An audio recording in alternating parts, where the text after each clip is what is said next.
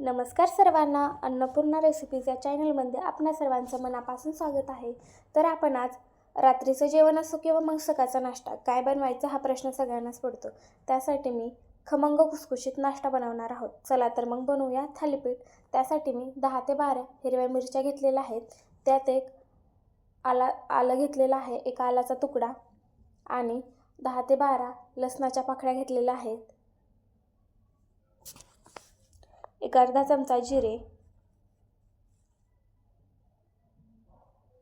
आणि 1 चमचा मीठ आणि हे सगळं आपण आता मिक्सरला बारीक करून घेऊयात.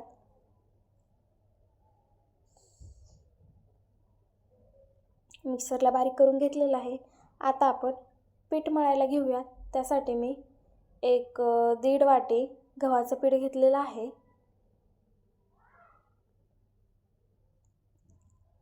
आणि एक अर्धी वाटी ज्वारीचं पीठ आणि अर्धी वाटी बेसन पीठ घेतलेलं आहे.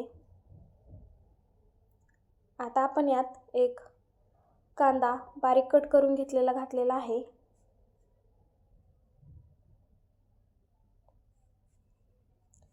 आणि यात आता भरपूर सारी कोथिंबीर देखील टाकून घेणार आहोत.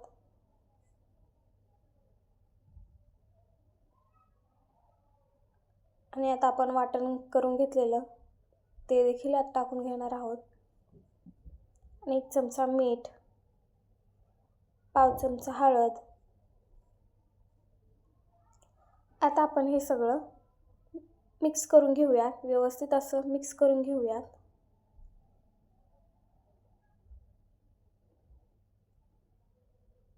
आणि आता आपण यात थोडं थोडं पाणी घालून याचा एक उंडा मळून घेणार आहोत.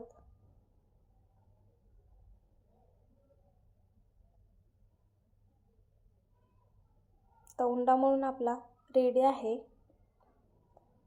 याला जरासा तेलाचा हात लावून घेणार आहोत, कारण की त्या भांड्यालाही चिटकू नाही आणि रुमालालाही चिटकू नाही. आता आपण थालीपीठ थापून घेऊया. त्यासाठी मी पोलपाटालाही पाणी लावून घेतलेलं आहे आणि हा रुमालाही पाण्यात भिजवून घेतलेला आहे. आता या रुमालावर आपण पाणी घालून घेऊयात थोडंसं.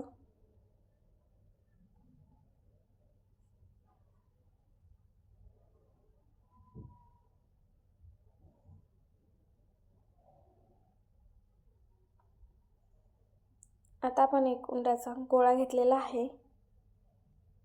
त्याला आपण पाण्याचा हात लावून घेऊयात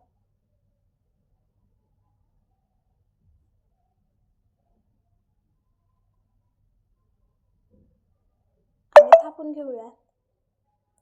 हे अशा प्रकारे थालीपीठ बनवल्यास ते रुमालालाही चिटकत नाही आणि तव्यावरही इझिली आपल्याला टाकता येतं. तर नक्की करून बघा आणि त्याआधी सबस्क्राईब करायला मात्र विसरू नका. आता आपण हे व्यवस्थित असं थालीपीठ थापून घेतलेलं आहे.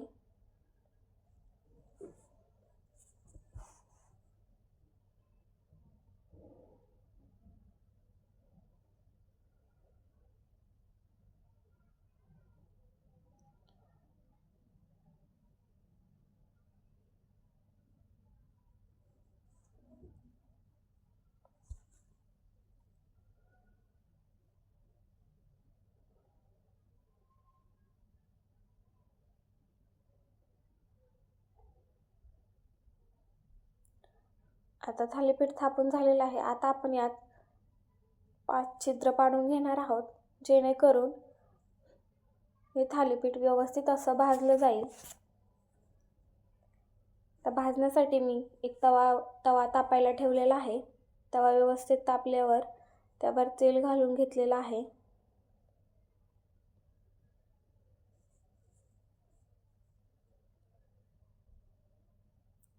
तवा आपला छान गरम झालेला आहे. आता आपण थापलेलं थालीपीठ यावर टाकून घेऊयात. आता तुम्ही बघू शकता इझिली आपलं थालीपीठ हे निघलं आहे. रुमालालाही चिटकलेलं नाही आहे.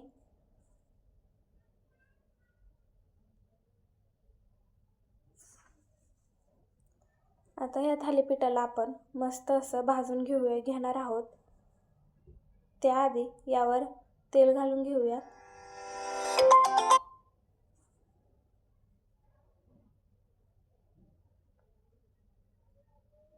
मस्त आपलं थालीपीठ एका साईडने भाजून झालेलं आहे. आता आपण याला पलटून घेऊयात. तव्यालाही चिटकत नाही, व्यवस्थित असं निघलं जातं थालीपीठ. तुम्ही बघू शकता आपली एक बाजू खरपूस अशी भाजून झालेली आहे. दुसरी बाजूही सेम आपण भाजून घेणार आहोत, खरपूस अशी भाजून घेणार आहोत.